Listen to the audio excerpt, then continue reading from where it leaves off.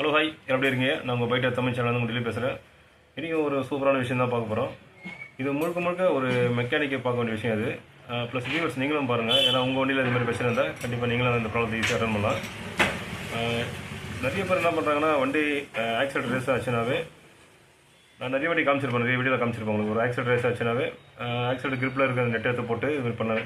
இந்த BS6 accident race ஆச்சுனாவே நிறைய பேர் என்ன பண்ணுறாங்க, கம்பெனியில் தான் போய் பார்க்கணும், சாஃப்ட்வேர் அப்டேட் பண்ணணும் அப்படின்னு தான் சொல்கிறாங்க. ஆனால் ஃபஸ்ட்டு நம்ம இப்போ ஒரு பேசிக்காக ஒரு விஷயம் செக் பண்ணிட்டு அதுக்கப்புறம் இந்த பிரச்சனை சரியாகலன்னா தான் நம்ம கம்பெனிக்கு போய்ட்டு பண்ணணும். இது பேசிக்காக நம்ம எப்படி ஒரு ஆக்சிடென்ட் ரேஸ் ஆச்சுன்னா எப்படி பேசிக்காக நம்ம செக் பண்ணுறது அந்த வீடியோவில் காமிச்சிருப்பேன். அதுக்கு முன்னாடி நம்ம சேனலை சப்ஸ்கிரைப் பண்ணாதுங்க, மறக்காமல் சப்ஸ்கிரைப் பண்ணுங்கள். இந்த வீடியோ வந்து ஸ்கிப் பண்ணாமல் பாருங்கள், அப்போ தான் உங்களுக்கு ஈஸியாக புரியும். நமக்கு தெரிஞ்ச விஷயத்தை எல்லாருக்கும் ஷேர் பண்ணுறது ரொம்ப சந்தோஷமான விஷயம் தான். அதேமாதிரி நீங்களும் இந்த வீடியோவை ஷேர் பண்ணுங்கள், அப்போ தான் எல்லாருக்கும் தெரியும். இதே மாதிரி உங்கள் ஃப்ரெண்டு வண்டிகளில் இந்த மாதிரி பிரச்சனை இருக்கும்போது நீங்களே ஒரு ஐடியா கொடுக்கலாம். ஓகே, சின்ன விஷயம் தான், இதை ஈஸியாக பண்ணலாம் அப்படின்ட்டு. ஓகேங்களா, இப்போ வாங்க வீடியோக்குள்ளே போகலாம். ஹலோ ஹாய், நம்ம இன்றைக்கி பார்க்க போகிறது ஒரு ஆக்சிலேட்டர் கம்ப்ளைண்ட் தான். ஆக்சிலேட்டர் ரேஸ் ஆச்சுன்னா என்ன பண்ணலான்னு பார்க்க போகிறோம். இப்போ BS4 BS3லாம் நிறைய வாட்டி காமிச்சிருப்பேன். இப்போ இந்த BS6 பிரச்சனை இருந்தால் கண்டிப்பாக என்ன பண்ணலாம் தான் காமிக்க போகிறேன். இது முழுக்க முழுக்க நிறைய மெக்கானிக்கு பார்க்க வேண்டிய விஷயம் இது. ப்ளஸ் வியூவர்ஸ் வண்டி நீங்கள் BS6 வண்டி வச்சுருந்தா கூட நீங்கள் பார்க்கலாம். கண்டிப்பாக BS4க்கும் இதே பிரச்சனை தான். ஓகேங்களா, இந்த வீடியோ பார்த்தாவே அதுக்கு ஈஸியாக நீங்கள் கண்டுபிடிச்சிக்கலாம் இந்த பிரச்சனைன்ட்டு. ஒரு ஆக்சிடென்ட் ரேஸ் ஆச்சுனாவே கண்டிப்பாக முக்கியமானதை நான் சொல்கிறேன் இப்போ உங்களுக்கு. இப்போ இந்த வண்டியை நான் ஸ்டார்ட் பண்ணுறேன். இப்போ இதுவும் புது வண்டி தான், 14 கிலோமீட்டர் ஓடி இருக்குது. இப்போ வண்டி நான் ஸ்டார்ட் பண்ணுறேன். இப்போ நம்ம வண்டியை ஸ்டார்ட் பண்ணுறோம். இப்போ பாருங்கள், 3000 RPM இருக்குது. ஓகேங்களா, இது வந்து 1400 அப்படி தான் இருக்கணும். இது பார்த்தீங்கன்னாவே இவ்வளோ இருக்குது.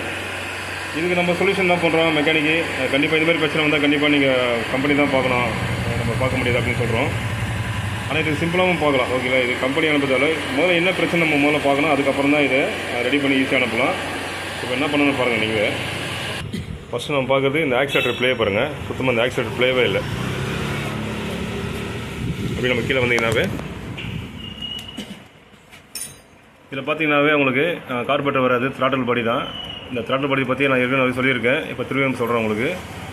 இதே கார்பரேட்டர் இருந்தால் கார்பரேட்டர் 2 டைப் வரும். ஓகேங்களா, ஒன்று வந்து ஸ்லைட் டைப் வரும், இன்னொன்று வேக்கம் டைப் வரும், 2 வரும். இந்த த்ராட்டல் பாடியில் வந்து இந்தமாரி தான் கொடுத்துருப்பாங்க. ஓகேங்களா, இந்தமாரி கொடுக்கும்போது 2 லைன் கொடுத்துருக்காங்க ஆக்சிலேட்டர் கேபிள். இது வந்து ஒன்று வந்து A, Bன்னு சொல்லுவாங்க. இந்த B கேபிள் வந்து ஆக்சிலேட்டர் வந்து ரிட்டர்ன் பண்ணும் டக்குன்ட்டு உங்களுக்கு. இப்போ மற்ற வண்டிலாம் ஒரு கேபிள் தான் கொடுத்துருப்பாங்க, 2 கேபிள் கொடுத்துருக்க மாட்டாங்க. ஏன்னா இப்போ வண்டிக்கு எதுக்கு 2 கேபிள் கொடுத்துருக்காங்கன்னா, நீங்கள் ஆக்சிலேட்டரில் கொடுத்துட்டு நீங்கள் பண்ணும்போது உடனே ரெஸ்பான்ஸ் பண்ணணும், டக்குன்னு வந்து ரிட்டர்ன் பண்ணணும். ஓகேங்களா, ஒன்று அப்படியே பொறுமையாக இறங்கும்போது கீர் ஹார்டு சவுண்டு அந்த மாதிரிலாம் கேட்கும். அதனால் வந்து இந்த B-type இப்போ கொண்டு வந்திருக்காங்க. இப்போ இந்த த்ராட்டல் பாடியில் பார்த்தா 3 சென்சார் இருக்கும். ஓகேங்களா, இதில் வந்து இதில் பார்த்தீங்கன்னா இன்டேக் ஏர் டெம்பரேச்சர் சென்சார் ஒன்று கொடுத்துருப்பாங்க, அப்புறம் இன்டேக் ஏர் ப்ரெஷர் சென்சார் 2 கொடுத்துருப்பாங்க. இது 2 செய்கிற வேலையை தான் இதெல்லாம் பண்ணோம். த்ராட்டல் பாடி வந்து த்ராட்டல் ஸ்போன் பொசிஷன் சென்சார்னு இன்னொன்று கொடுத்துருப்பாங்க. இது வந்து ECU வந்து தகவல் சொல்லும். ECU வந்து என்ன பண்ணோம், ஸ்ட்ரைட்டாக இன்ஜெக்டருக்கு வந்து தகவல் சொல்லும். ஓகேங்களா, அதுக்கப்புறம் தான் ஸ்ப்ரே பண்ணால் வண்டியோட ஸ்பீடு அதிகமாக வருது கம்மியாக வருதோ இந்த த்ராட்டல் பொசிஷன் சென்சார் மூலிமா நடக்கும். இதே இன்டேக் ஏர் டெம்பரேச்சர் சென்சார் என்ன வேலை செய்யுதுன்னா, உள்ளே வர காற்று வந்து நல்லா கூலிங்காக இருக்கா இல்லை ஹீட்டாக இருக்கா அப்படின்ட்டு செக் பண்ணிட்டு உள்ளே வரும். இன்டேக் ஏர் ப்ரெஷர் சென்சார் வந்து அதோட அழுத்தத்தை காமிக்கும். ஓகேங்களா, அழுத்தமாக இருக்கா இல்லை டைட்டாக இருக்கும், நல்லா ப்ரெஷராக இருக்கான்னு செக் பண்ணுறது தான் அது. இது 2த்தையும் கணக்குப்படி தான் த்ராட்டல் பொசிஷன் சென்சார் வேலை செய்யும். முதல்ல சொன்ன மாதிரி ECU தகவல் சொல்லி இன்ஜெக்டர் தகவல் சொல்லி வண்டி விடும். இப்போ சரி, அந்த கதையை விடுங்க. ஏன்னா இப்போ வந்து த்ராட்டல் பாடியில் வந்து 3 சென்சார் இருக்குது. அந்த 3 சென்சாரை பற்றி ஓரளவு தெரிஞ்ச வரைக்கும் சொல்லியிருக்கேன் உங்களுக்கு. இந்தமாரி BS6 வண்டி வந்து ஆக்சிலேட்டர் ரேஸ் ஆச்சுன்னா, BS4 வந்து நம்ம என்ன பண்ணுவோம், ஹேண்டில் பாரில் ஹேண்ட் கிரிப்பில் இருக்க நெட் எடுத்து போடுவோம். BS6 அதுமாரி பண்ண தேவையில்லை, ஏன்னா ரொம்ப சிம்பிளாகவே இருக்கும். இப்போ இதில் கொடுத்துருக்காங்க பார்த்தீங்கன்னா நெட்டு, இதே நம்ம ஈஸியாக நம்ம அட்ஜஸ்ட் பண்ணலாம். இப்போ பாருங்கள், இதை அட்ஜஸ்ட் பண்ணுறேன். ஏன்னா இங்கே நம்ம வந்து சுத்தம் அந்த ப்ளேவே இல்லை, அப்படியே நிற்கிறதுங்களே. இந்த ப்ளேவை நம்ம கம்மி பண்ணாவே கண்டிப்பாக இந்த ரேஸ் ஆகுது ஈஸியாக இதாகிடும். இதுக்காக கம்பெனியில் எத்தனை பொறுத்தல நம்மளே ஒரு BS6 நம்ம ஈஸியாக கடையிலேயே பண்ணலாம். இது ரொம்ப சிம்பிளாக இருக்கும், நீங்கள் வீட்டிலே பண்ணுங்கள் கண்டிப்பாக.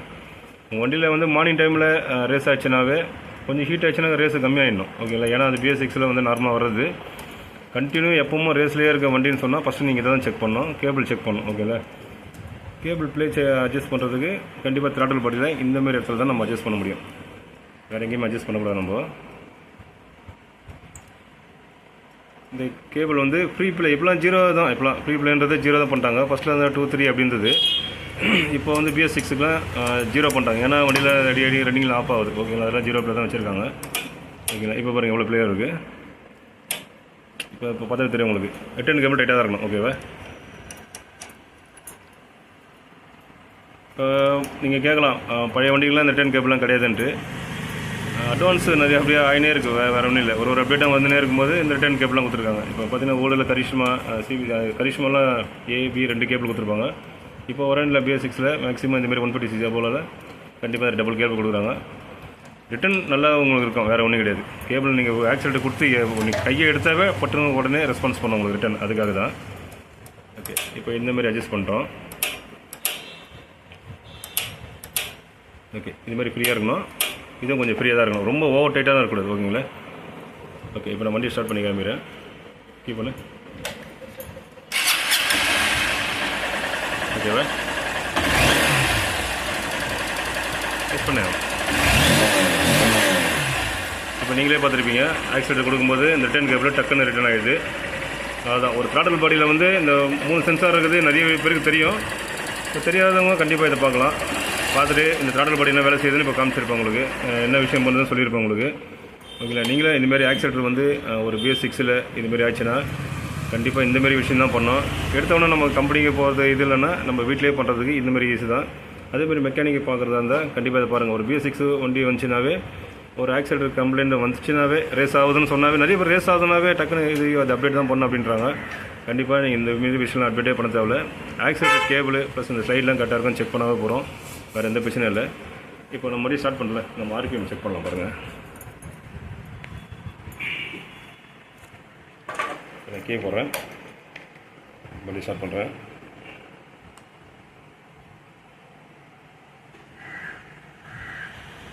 ஸ்டார்ட் பண்ணேன். ஸ்விட்ச் ஆஃப். ஓகே, நான் சொன்னபடி எவ்வளோ இருக்குது பாருங்கள். 1400. அதான் ப்ளஸ் ஆர் மைனஸ் நம்ம ஒரு 100 வச்சுக்கலாம். ஓகேங்களா. இப்போ இதை இன்னும் அட்ஜஸ்ட் பண்ணால் கூட ஆக்சிலேட்டர் ரேஸு கம்மியாகும் உங்களுக்கு. BS6 மாநிலம் கண்டிப்பாக ரேஸ் அதிகமாக தான் ஆகும். ஆனால் கொஞ்சம் நேரத்தில் ஒரு 5 நிமிஷத்தில் கண்டிப்பாக கம்மியாகிடும். ஓகேங்களா. அது நார்மல் தான். கண்டினியூ உங்களுக்கு ரேஸ் ஆச்சுன்னா இந்தமாதிரி விஷயத்தை நீங்கள் சைடு அந்த மூலியமாக தான் பண்ணணும். அது ஈஸியான வழி. இந்த த்ராட்டல் படியிலே இருக்கும். எந்த பிரச்சனையும் கிடையாது உங்களுக்கு. வீடியோ வந்து ஸ்கிப் பண்ணாமல் பாருங்கள். அப்போ தான் உங்களுக்கு கரெக்டாக தெரியும். இந்த வீடியோவில் நிறைகள் குறைகள் தான் கண்டிப்பாக கமெண்ட் பண்ணுங்கள். ரிப்ளை பண்ணுறேன். இது ஒரு பேசிக்கான விஷயம். அதை தெரிஞ்சுக்கணும் எல்லாருமே. ஓகேங்களா. ஓகே, இது ஒரு நல்ல வீடியோ பார்ப்போம். பை. ஓகே, வீடியோ வந்து ஃபுல்லாக பார்த்துருப்பீங்க. ஓகேங்களா. இந்த வீடியோ நிறைகள் குறைகள் தான் கண்டிப்பாக கமெண்ட் பண்ணுங்கள். ரிப்ளை பண்ணுறேன். வீடியோ வந்து ஸ்கிப் பண்ணாமல் பாருங்கள். அப்போ தான் ஒரு சின்ன சின்ன விஷயம் நம்ம ஈஸியாக பார்க்கலாம். ஸ்கிப் பண்ணி பார்த்தாவே கரெக்டாக தெரியாது உங்களுக்கு. ஓகேங்களா. அதுக்கு முன்னாடி கண்டிப்பாக சப்ஸ்கிரைப் பண்ணுங்கள். அப்போ தான் உங்களுக்கு கரெக்டாக உங்களுக்கு நோட்டிஃபிகேஷன் வரும். எல்லா வீடியோவும் நீங்கள் கரெக்டாக பார்க்கலாம். ஓகேங்களா. இது நல்ல வீடியோ பார்ப்போம். பை.